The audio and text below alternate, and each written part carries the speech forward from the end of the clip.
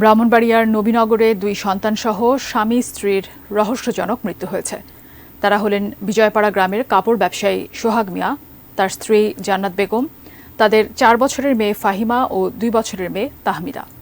আজ সকালে পৌর এলাকার বিজয়পাড়া থেকে তাদের মৃতদেহ উদ্ধার করে পুলিশ।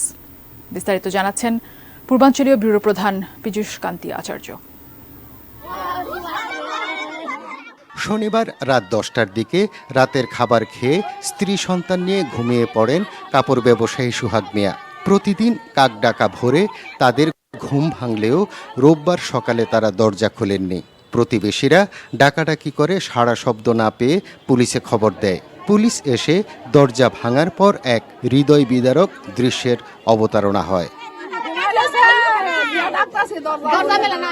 সোহাগ মিয়া ও এক মেয়ের মৃতদেহ ঘরে ঝুলন্ত অবস্থায় এবং স্ত্রী জান্নাতের মরদেহ খাটে ও আরেক মেয়ের মৃতদেহ খাটের পাশে পড়েছিল। জান্নাত বেগমের গলা 2টি ওড়না দিয়ে পেঁচানো ছিল।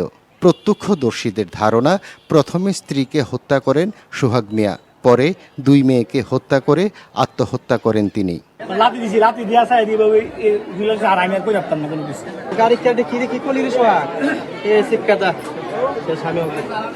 একটি পরিবারের সবার এমন মর্মান্তিক মৃত্যুর পেছনের রহস্য উদ্ঘাটন করতে তদন্তে নেমেছে পুলিশ।